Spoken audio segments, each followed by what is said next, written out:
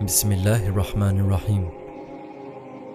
Qasim says, I had this dream in October or November 2007. In this dream, I find myself standing in the confines of my own home. Abruptly, the world around me spiraled into darkness as heavy load shedding gripped the land, plunging us into a shroud of darkness. Persistent blackouts began to envelop our homes, leaving us in anguish. When at long last the electricity flickered back on, it was only for a short while before it would vanish again. Uneasiness settled over the people as they pondered, how can we live life like this? Then we discover that the electric generator units were broken. Worst yet, the coffers of the government lay empty, devoid of the funds needed for their repair. This was our chilling truth.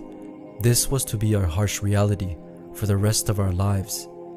As days bled into nights, the lifestyle of the people took on a bleaker tone. Frustration seethed among the people, their lives strangled by the perpetual darkness. Then one night, I broke the silence of despair saying, what's the point of this kind of life? It is as if we are living in an older era, devoid of electricity. I must venture out and search for the light. It is better to search for the light rather than sitting around. Under the shroud of night, I invoked the name of Allah and ventured out of my home, equipped with only a small torch. I embarked on a journey that would take me beyond the confines of the city, into the heart of the dark void that stretched endlessly before me. As I ventured deeper into the dark abyss, uncertainty gnawed at my resolve. I start thinking, which way should I go, as I couldn't understand anything. Placing my faith solely in Allah, I chose a direction and asked Allah to lead me towards a place where there is light. After a long walk, my eyes finally beheld a distant glow. I saw a place lit with fire in the vast desolation. A rush of relief washed over me as I quickened my pace towards the source of the radiance. As I drew nearer, the illumination revealed an unusual, towering structure, a colossal edifice which soared 15 to 20 stories high, its form aglow with a mesmerizing dance of flames alit outside of its windows. I marveled at the phenomena before me, awestruck by its existence, for I had never before encountered or heard of such strange architecture. I say, well, it doesn't matter. All I needed was light, and so I entered the building. Upon entering the building, I found myself within a sprawling hall that bore semblance to a dining establishment, and there were people inside, sitting and eating. Fiery lanterns adorned every corner, casting a delicate glow that bathed the surroundings in a warm, flickering light. Yet an unfamiliar and unsettling aroma lingered in the air. I could see a counter there, and a staircase in the distance. As I walked towards the stairs, I didn't stare at anyone. However, a person walked by me, and I couldn't help but glance at him, only to be seized by an overwhelming shock. The visage that met my eyes was otherworldly, far removed from any human appearance I had ever encountered.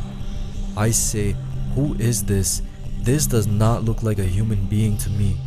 It bore a colossal head, small ears, and a scary face that sent chills down my spine. A chilling realization took a hold of me as I surveyed the room more closely. None of the occupants were humans. These beings were none other than the Jinn, creatures of smokeless fire. I say to myself, Qasim, they only have lanterns of fire and it smells weird too. They must be Jinn. Amid my astonishment, I couldn't help but wonder why the Jinn paid no heed to me. Why didn't they seize me or forcibly expel me from their realm? Then I say, perhaps it was Allah's blessings that shielded me from their gaze as I left with my trust solely in Allah. Nonetheless, I climbed the stairs and reached the second floor. There I saw many rooms, and the jinns also inhabited this floor. I then go to the third floor and finally reach the top floor. Along the way, I encountered other jinns as well. Yet by the mercy of Allah, I remained concealed from their notice. Finally, I reached the top floor of the building. On the top floor, I saw a vast hall spread before me, and a small room guarded by giant, formidable jinns. This beckoned my curiosity. I said to myself, these jinns for sure have something valuable in that room. The jinn kind were bipedal. They walked upright on two legs. Their physical structure was very similar to a human's. However, some stark differences made them different from humankind.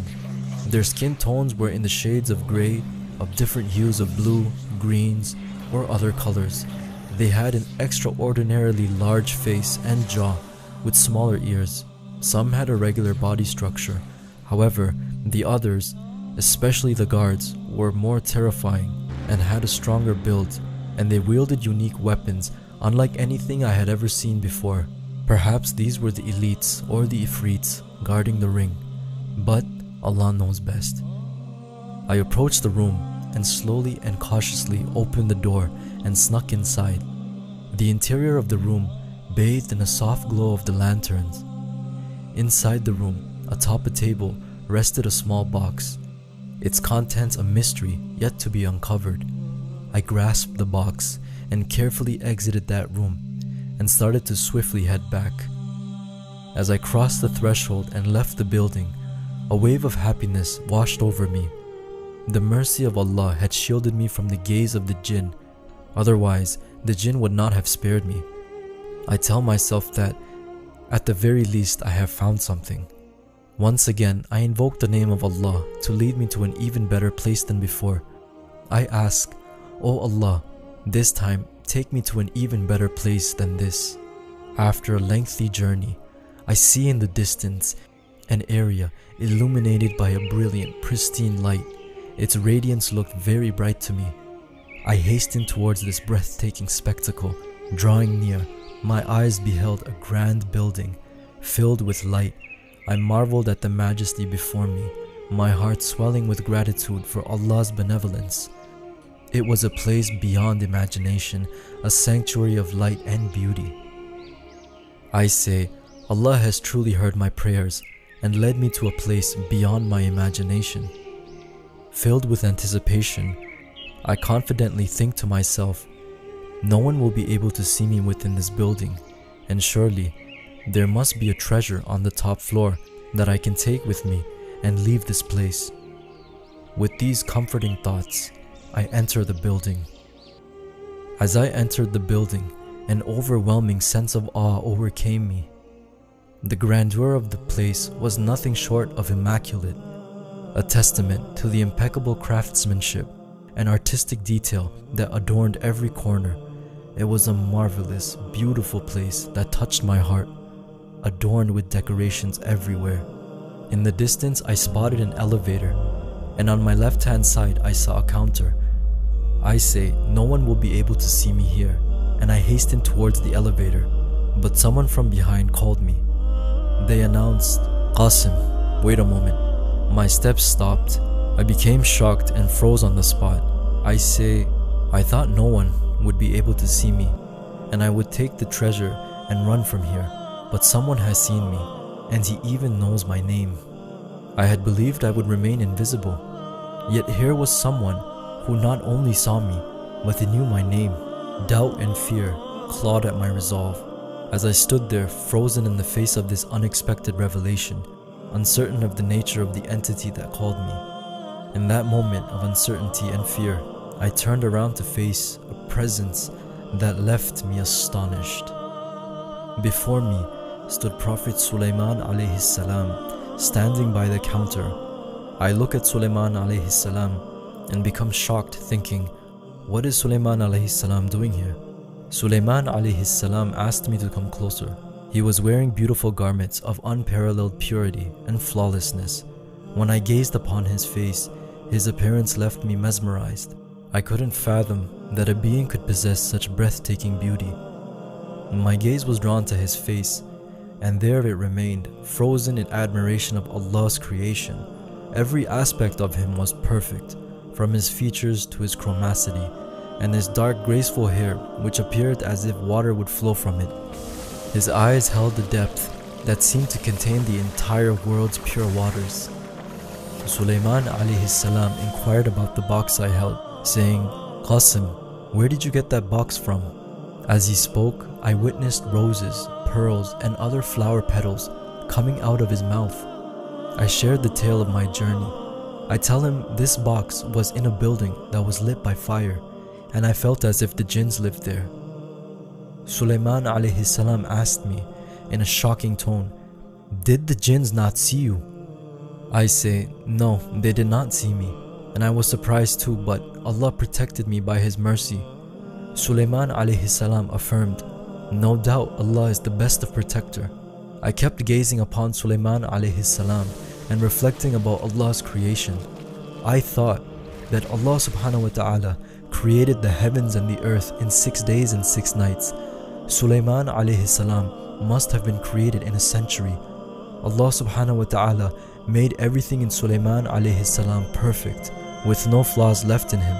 I contemplated that all of Allah's prophets are pure, and if Prophet Sulaiman alayhi salam's beauty was this beautiful, then imagine what must the beauty of Prophet Muhammad sallallahu alayhi wasallam be like. Sulaiman alayhi salam then says to me, "Qasim, within that box is a ring. You may keep the ring, but give me the box. It is useless for you, and I shall return it back from where you got it. Those jinns dwelling there are extremely malevolent, and if they discover that the box is missing, they will pursue you relentlessly, and if you do not return this ring and box to them, they will not leave you alone." Concerned, I say to Prophet Sulaiman alayhi salam, "What if the jinns open the box and find out the ring is missing?" Sulaiman alayhi salam assures me, "No, those jinns won't open the box until Judgment Day, and this ring will stay with you." With a sense of relief, I agreed, "Very well, if you deem it reasonable." Sulaiman alayhi salam says, "Now I'm going to return this box," and instructs me, "Qasim, do one thing, come back tomorrow morning and I will show you how to use this ring." I said with anticipation, "Alright, I will come to you in the morning." As Sulaiman alayhi salam departed, I was left there contemplating about him holding on to the ring he entrusted me with. I say, "No doubt all of Allah's prophets are pure." My heart fills with joy after meeting Sulaiman alayhi salam. Instead of going to the top of the building, I head on home. On the way back, I leave signs on the path to the building, so I remember the way when I visit again tomorrow. The ring Prophet Sulaiman alayhi salam gave me was large in size, and it appeared to be golden in color. The head of the ring contained a very large shiny red diamond with no inscriptions written on it, and Allah knows best. Upon returning home, a sense of shame took over me. How could I have met Prophet Sulaiman alayhi salam in such old attire? Determined to make amends, I carefully selected new clothes, anticipating my meeting with the noble Prophet in the morning. And when the electricity returned, I ironed my clothes and set them aside. As dawn broke, I showered, donned my fresh garments, and ventured out with eagerness, my heart set on meeting Sulaiman alayhi salam once more. Upon arriving at the building, I headed straight for the counter, but Sulaiman alayhi salam was nowhere to be found. A concern crept over me as I realized that he had instructed me to come in the morning for guidance on using the ring, yet he was absent. However, an unfamiliar man was present there. He inquired, "Excuse me, who are you and who are you searching for?" I explained that Sulaiman alayhi salam had instructed me to come today and I was waiting for him. The man asked, "Is your name Qasim?" I said, "Yes, my name is Qasim." The man says, "Wait, Sulaiman alayhi salam left you a letter. He had to do some urgent work and told me when Qasim comes, give this letter to him." I open the letter. I see the instructions on how to use the ring. I come out of that building and slowly read what Prophet Sulaiman alayhi salam had written. In the letter, Sulaiman alayhi salam had also left detailed instructions on how to control the winds. A sense of happiness welled up within me as I read. I realized that with the power of the ring and control over the winds, I could repair and rework the generator and harness the wind's energy to produce electricity.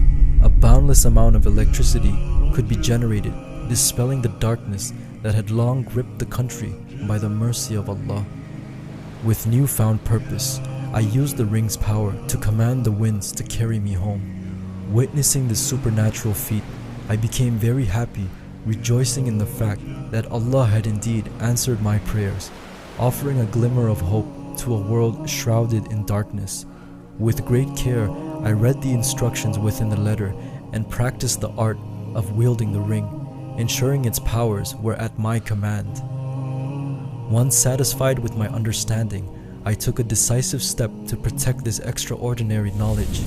I burned the letter, ensuring that its secrets would remain mine alone.